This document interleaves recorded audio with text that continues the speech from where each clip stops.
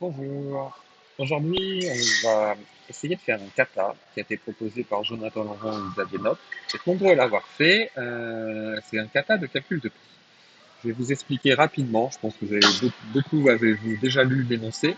Mais aujourd'hui, je vais le faire un peu spécial par rapport aux autres. C'est que je vais le faire avec ChatGPT. On est en 2023, donc essayons d'utiliser des outils que l'on a à notre disposition.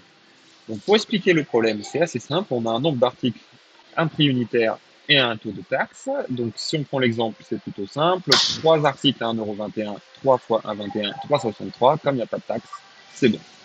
Si on prend le troisième exemple, par exemple, 3 articles à 1,21 €, 3,63. On prend 20% de ça, ce qui doit faire, voilà, et le total fait 4,36.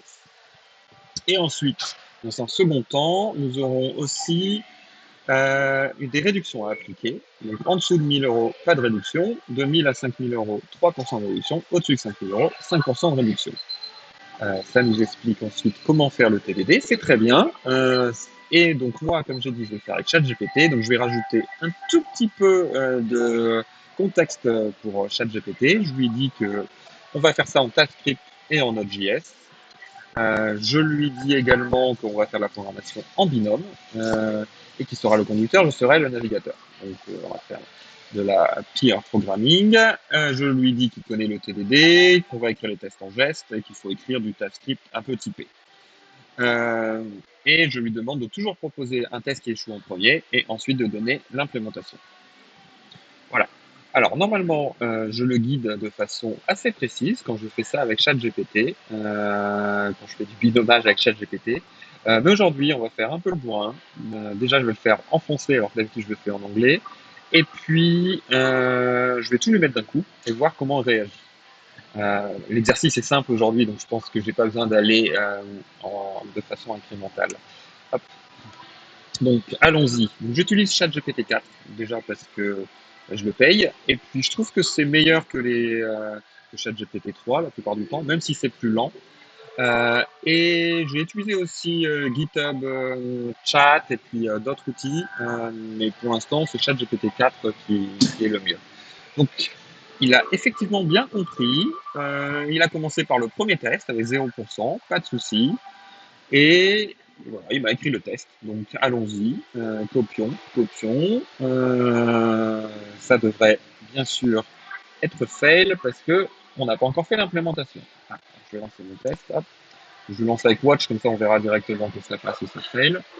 Bon, ben, on va lui demander d'écrire l'implémentation. Pour l'instant, on respecte bien le TDD. Donc, non, hop.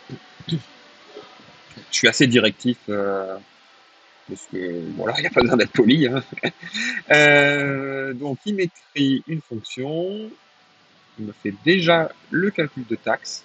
Comme j'ai dit, c'est assez simple. Et puis, je lui ai donné tout d'un coup, donc je pense qu'il va un peu en avance de phase. Normalement, il aurait dû, comme c'était zéro, pas faire le calcul des taxes pour que le test passe quand même.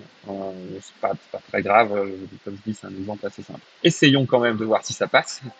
Hop. Alors, j'ai là, il m'a mis phrase calculateur, alors que moi j'ai mis index, donc voilà. Et le test passe.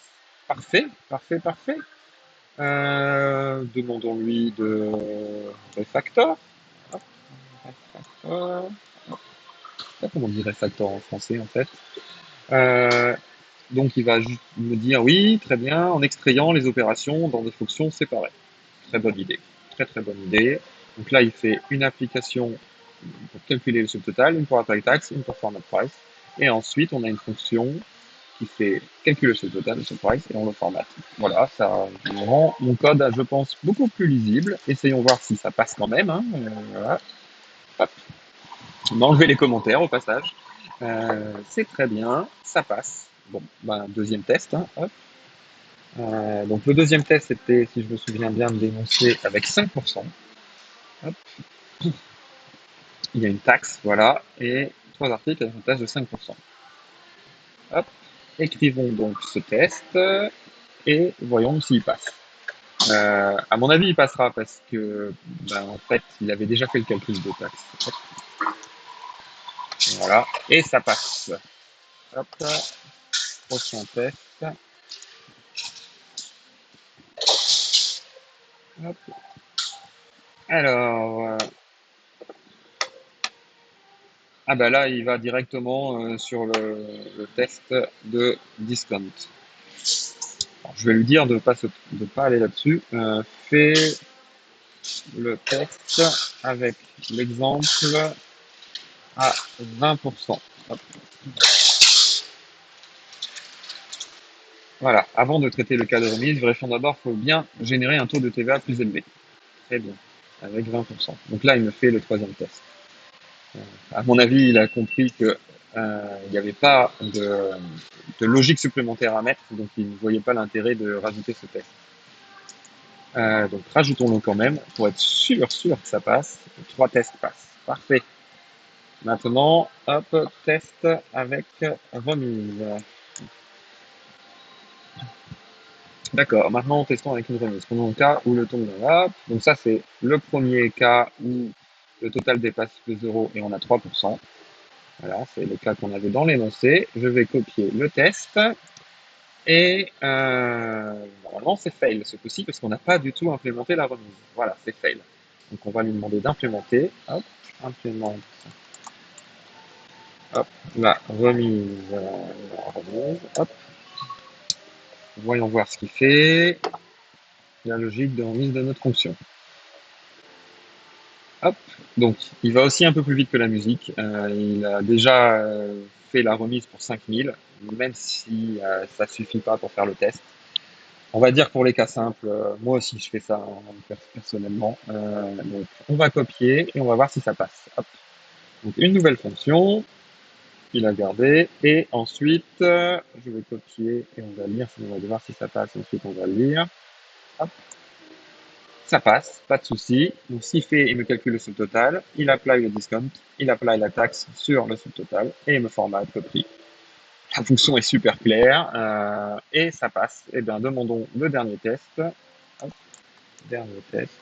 Donc là, avec quelque chose supérieur à 5000 euros et donc une remise de 5%.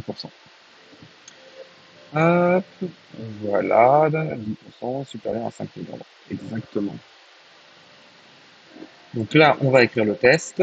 Comme il a déjà implémenté, à mon avis, on n'aura pas grand-chose à faire. On n'aura pas à retravailler la fonction. Hop, mettons le dernier test en place. Ça passe. Parfait. Et ben, faisons la dernière étape, qui est toujours la plus importante en fait, euh, du TDD, c'est refactor, même si le code là, je le trouvais quand même plutôt propre dès la première fois. Euh, il a décidé de mettre les constantes. En plus, il le fait dans un tableau. C'est plutôt clair, ce qui veut dire que si on a un nouveau palier, ça sera très facile à faire. Donc je trouve ça plutôt très intelligent et plutôt propre. Hop.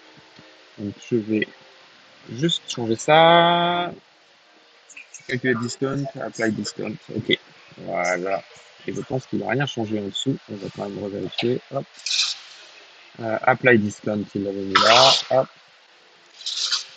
Et ça passe toujours très bien. Donc nous avons effectivement une fonction pour calculer le subtotal pour la passage, ça n'a pas changé. Il me met ça, il me calcule le discount avec ça, il apply le discount dessus, parfait. Et ici, ça n'a pas changé. Et ben voilà, je pense qu'on a validé l'exercice assez rapidement et plutôt proprement grâce à mon super dilemme, ChatGPT. À bientôt.